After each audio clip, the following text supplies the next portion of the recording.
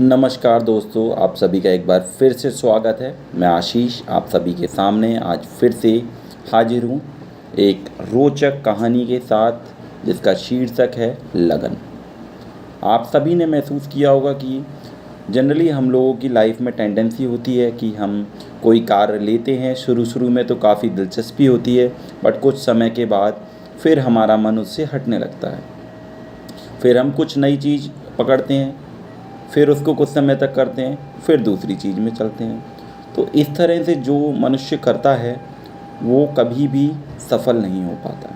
तो उसी को लेकर आज मैं आप सभी के सामने एक बहुत ही रोचक दुर्लभ कहानी पेश करने जा रहा हूँ। ध्यान से सुनिए। लगन। वह बेकार था। दिन भर इधर से उधर घूमना, कोई मिल जाए तो उससे गप्पे लड़ाना और नहीं तो कोई पुस्तक लेकर पढ़ते ही रहना। घर में ऐसा भी कोई ना था जो कहे, सुदेव तुम कुछ काम क्यों नहीं करते। वृद्ध माता इसी में प्रसन्न थी कि बेटा घर रहे। पत्नी बेचारी पति की आज्ञा की पुतली ठहरी। दूसरा कोई घर था ही नहीं। सुदेव काम क्यों करे, उसको यहाँ अभाव क्या है। पिता इतनी संपत्ति छोड़ गए हैं कि सुदेव के बच्चे भी उसे समाप्त नहीं कर सकते। आसपास के स्थानों में सुदेव की विद्वता एवं मिलनसार स्वभाव का आदर है। उसके पिता लब्ध प्रतिष्ठ व्यक्ति थे और वह स्वयं भी कम सम्मानित नहीं हैं। सुदेव वैसे सदाचारी, दयालु एवं न्यायप्रिय था। धन के जो स्वाभाविक दुर्गुण ऐसी अवस्था में प्रकट होते हैं, वे दुराचार, क्रूरता, अनीति, उत्पीड़न, घमंड आदि उसमें एक भी ना थे। वह नम्र और विनयी था। उसमें यदि कोई दुर्गुणता थी तो यह कि वह किसी भी कार्य को एकाग्र होकर कुछ समय तक नहीं कर पाता था। उसमें लगन नहीं थी। बड़े उत्साह व दृढ़ निश्चय से वह कार्य आरंभ करता, पर थोड़े ही समय में उसका उत्साह ढीला पड़ जाता। कार्य बीच में ही पड़ा रह जाता।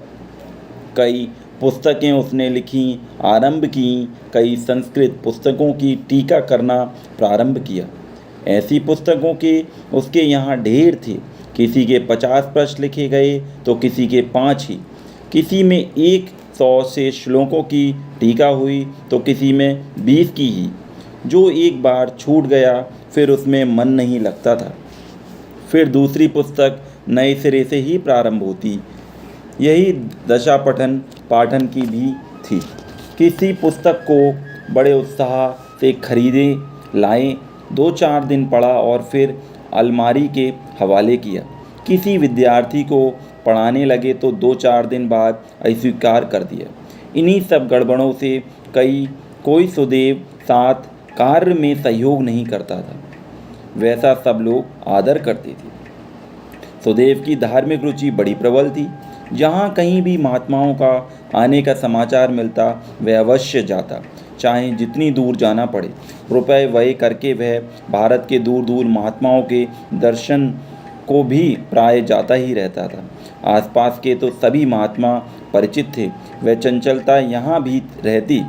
किसी भी महात्मा के पास जाते ही सुदेव उन पर अत्यंत श्रद्धा करने लगता। ऐसी दिखता कि बस वह उनसे बड़ा महात्मा किसी को मानता ही नहीं। उनकी छोटी मोटी सभी सेवाएं करता, उनके उच्छिष्ट पाता, सच्चे हृदय से उनके बताए मार्ग पर चलता, साधन करता, बार बार उनके यहाँ जाता, दिन रात्रि परिश्रम करके उनकी सेवा में तल्लीन रहता। ऐसा प्रतीत होता कि वह सौम्यता एवं श्रद्धा की मूर्ति है। थोड़े दिन बाद ही वह उन महात्मा जी के पास जाना बंद कर देता। जाता भी तो यूं ही टहल आने के लिए, सब साधन भजन छोड़ देता। महात्मा जी पर अश्रद्धा हो जाती। वह उनके दोष ढूंढने लगता, उनकी निंदा करता, अपने संयत जीवन को पुनः उच्छल कल बना लेता। पर महात्माओं की खोज बंद नहीं होती। फिर दूसरे महात्मा की खोज होने लगती। 1-2 नहीं, 10 गुरु सुदेव ने बनाए। वह जिस महात्मा पर श्रद्धा करने लगता उसी से दीक्षा लेने का प्रयत्न करता। वह दीक्षा ना मिले तो भी उन्हें अपना गुरु तो मान ही लेता, पर श्रद्धा हटने पर फिर दीक्षा का कोई मूल्य नहीं रह जाता। समीप ही गंगा किनारे एक विरक्त अवधूत आए। नियमानुसार सुदेव उनके पास पहुंचा। वे निष्प्रय एवं तितिक्षु थे। शरीर पर एक कोपिनेक अतिरिक्त कुछ भी ना थे। सुदेव की उन पर बड़ी श्रद्धा हो गई। वह पहले दिन भर उनके पास बैठा रहा। उनके बैठने के स्थान पर उसने पत्तियां बिछाईं, जल लाकर रखा तथा और भी जो सेवा संभव थी करता रहा। महात्मा पहुँचे हुए थे। उन्होंने कल्याण का उपाय पूछने पर सुदेव से कहा, कल संध्या को 5 सहस्त्र 12 क्षर मंत्र लिखकर लाना, तब कुछ बता सकूंगा। दूसरे दिन प्रातः से ही सुदेव घर पर लिखने बैठ गया। बड़े परिश्रम से संध्या तक कहीं 4.5 सहस्त्र मंत्र हो पाए। वह उन्हें लेकर महात्मा जी के पास पहुंचा। पहुंचते ही महात्मा जी ने कहा, पूरा नहीं ला सके? अच्छा, इन कागजों को रख जाओ, कल पूरे 5 सहस्त्र लाना। महात्मा जी ने उसे वहां बैठने नहीं दिया, वैसे ही लौटा दिया। श्रद्धा जागृत थी। श्रम करके सुदेव ने दूसरे दिन संख्या पूरी कर ली। महात्मा जी ने मंत्रों को देखा। अक्षर टेढ़े मेढ़े थे। जल्दी में कहीं अक्षर टूट भी गए थे। उन्होंने कहा, भैया, कहीं ऐसे भी मंत्र लिखे जाते हैं? तुम पाना तो चाहते हो भगवान को, पर तुमसे इतना परिश्रम भी नहीं हो पाता। सुंदर अक्षरों में शुद्ध शुद्ध लिख कर ले आओ। आज सुदेव ने बड़ा श्रम किया था। उसे इससे अधिक आशा नहीं थी। धीरे से बोला, मैंने बहुत श्रम करके तब कहीं इतना भी किया है, इससे अधिक तो संभव ही नहीं। महात्मा जी तनिक कड़े शब्दों में बोले, संभव कैसे हो? रास्ते में कौन जा रहा है? घर क्या हुआ? वे लोग क्या बातें कर रहे हैं? तनिक उनसे मिलाऊं, तनिक उससे घर का हाल पूछ लूं आदि जब तक बखेड़े लगे हैं तब तक कैसे संभव हो सकता है? साधन के लिए लगन चाहिए। एकाग्र होकर लगन से कार्य करोगे तो सब कुछ हो जाएगा। नहीं तो रहने दो। जब तुम कुछ करना ही नहीं चाहते तो मेरे पीछे क्यों पड़े हो? करना तो तुम ही को होगा, मैं तो केवल पथ प्रदर्शन कर सकता हूँ। सुदेव ने यह झिझड़ी पाकर सोचा, महात्मा जी को संतुष्ट तो करना ही है। कल 3-4 साथियों को बुलाकर मंत्र लिखा लेंगे। महात्मा जी अक्षर थोड़े ही पहचान बैठेंगे। वे तो मंत्रों को उलटते भी नहीं। तुरंत ही महात्मा जी ने कहा, मेरे साथ आओ। सुदेव उनके पीछे चला। गंगा जी के किनारे एक बगुला बड़े ध्यान से मछलियों की ताक में बैठा था। महात्मा जी ने कहा, दबे पैर पीछे से बगुले के पास जाकर खड़े हो जाओ। सुदेव उस पक्षी के पास तक पहुंच गया, पर पक्षी को कुछ पता ना था। थोड़ी देर खड़े रहने पर महात्मा जी के संकेत पर सुदेव ने ताली बजाई। 2-3 तालियां बजाने पर पक्षी चौंक कर उठ खड़ा। पास आकर महात्मा जी ने कहा, सुदेव देखो, तुमने इस पक्षी की लगन, उसे यह भी पता नहीं कि मेरे पीछे कौन खड़ा है। इतनी तल्लीनता होती है तो कहीं लक्ष्य मिलता है। तुम दूसरों से मंत्र लिखवाकर मुझे धोखा देना चाहते हो, पर सोचो कि यह तुम किसे धोखा दे रहे हो। तुम मंत्र ना भी लिखो तो मेरी क्या हानि? यह तो तुम्हारे ही लाभ के लिए मैं बताता हूँ। साधन ही सब महात्मा बताएंगे। कोई हाथ पकड़कर तुम्हें लक्ष्य तक पहुँचाने से रहा। तुम में लगन और दृढ़ता होनी चाहिए। देखो, मैं यहाँ चतुर्मासा करूँगा। 4 महीने नित्य लगन से सुंदर अक्षरों में 5 सहस्त्र मंत्र लिखो। ठीक 4 महीने बाद मेरे पास आना। सुदेव बहुत लज्जित था। उसने स्वीकार किया। मनुष्य का हृदय ही तो है। बात ठीक लक्ष्य पर लग गई। सुदेव दूसरे दिन से मंत्र लिखने में तन्मय हो गया। पता नहीं कहाँ क्या हो रहा है। माता ने कई बार स्नान करने को कहा, पर उसने सुना ही नहीं। ठीक भोजन के समय जब उसके पास आकर माता जी ने कहा तो कहीं वह स्नान करने गया।